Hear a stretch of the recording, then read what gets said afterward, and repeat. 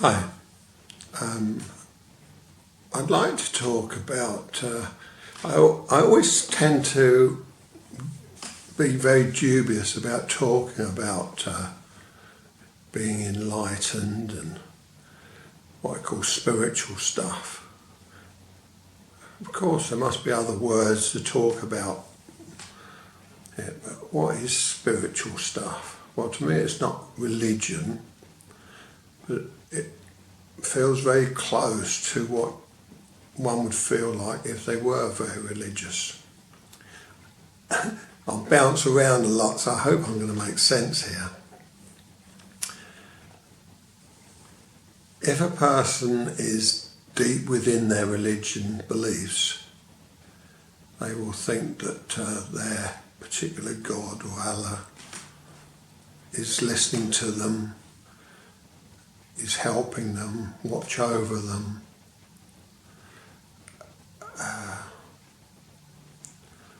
But it's as if, they're talking or connecting with another entity, another being. To me, being enlightened, I'd put this on a similar platform of thinking. Let me try to give you some ideas. I was brought up a Catholic and didn't like it. I felt as if it was a forced religion. But I have experienced unusual things while being in the church. And it wasn't in the Catholic Church, even though I was brought up in the Catholic school, with the church being next to the school and having to go into the church more times than I wish to remember. But I had more, I think, unusual experiences in other churches with other religions, with other faiths. I've had some very nice warm feelings when I've been in a mosque. I've been in two different ones now. I've had a very nice, sort of a warm feeling. It's like a blanket of warm air comes over you and you feel part of that warm air and you question whether you are actually solid or not. They say we're not solid, but that's for another scientific time of thinking and talking. Another time was when I went to listen to a speaker who was of the Christian faith, I don't know what they call it, the Protestants. But anyhow, I went to listen to a speaker in a theatre, and I had the same feeling that I was the only one in the whole theatre, and the warmth that came over me again.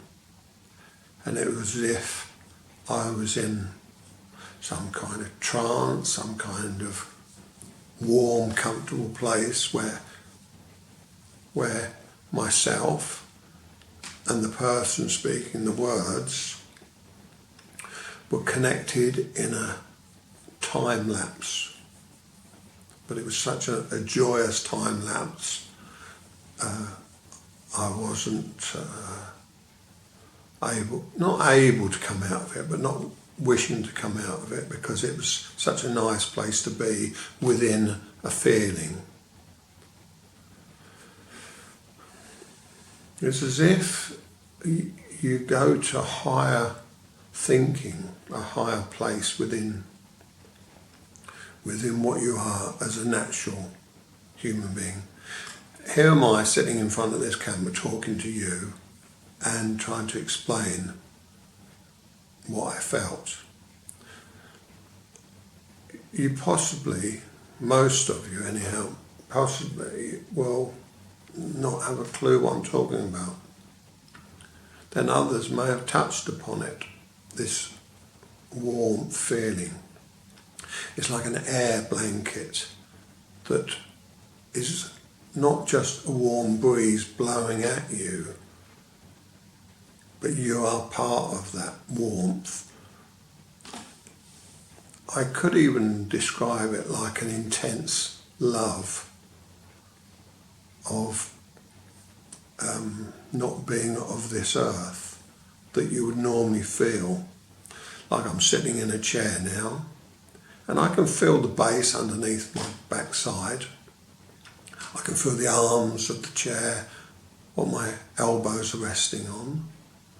But when you're in this, what I call this warmth blanket, when you're in another mind state, you don't feel anything apart from your mind is completely immersed in a wonderful, I'm going to say a place of happiness and love, far greater than what you can normally feel. Anybody who's found love will know that the depth of love comes from yourself, and it radiates out, and it's a feeling, a sensing. It's not something you can describe to another who has never felt it. This, I believe, could come close to somebody if you've ever been on drugs of any description. People have said to me, "Oh, I know what you're saying," when I've talked to them about it.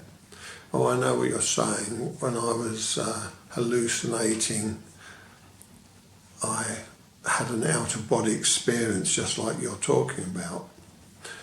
Others would say, "Oh yes, I know what you mean. I've been on the ceiling looking down upon the people in the room." So I don't know if this is something that we trigger within ourselves, whether it's something we don't know how to activate. And in the case of the people who take the drugs, this is perhaps their way of activating it. But is it real if it's under a drug situation? Well, my times when I've had this, I've never been under drugs or the influence of drink or anything else. It's been as clear as I'm sitting here now. It's just that something has taken my mind and I've been immersed in it. To me, it's as close as one will get to being enlightened. I will talk more about it in my next film, and if you're interested in it, please listen. I can't help you in any way on how to experience it, because I don't know how I activated this experience myself. All I know is it's happened to me several times in my life. I don't remember it until I was in my late 20s, and it seemed to then activate itself. And since then, I've had several experiences, and even though I can be quite, I may not come across this, but quite depressed in myself as a person, because I appear to be a deep thinker, I've looked at, and because I every day wake up and think about my martial art of Aikido, because that seems to have triggered many things that have allowed me to see these extra things and absorb these extra elements that the mind and body can take and see and do, sense. To me, I'm grateful that it's unlocked that, because perhaps it was fate and I would have unlocked these experiences anyhow. I can't say that. It wasn't Aikido that took me to the theatre to see the religious person speaking. It was somebody who was very deep in religion, and he was trying to, what I call Bible bash me into also wanting to find God. And other persons take me to mosque really just to see the surroundings. I don't know if their intentions are that I should start reading the Quran and finding Allah, or I don't know what their intentions are. All I know is that I've had similar experiences in all different places, but they've all been under the banner of religion. And my biggest experience was following a lady called Mother Mira in Frankfurt, Germany, and that was my biggest experience of touching the enlightenment, the edge of enlightenment, I don't know. And that's what I talk about in my next film.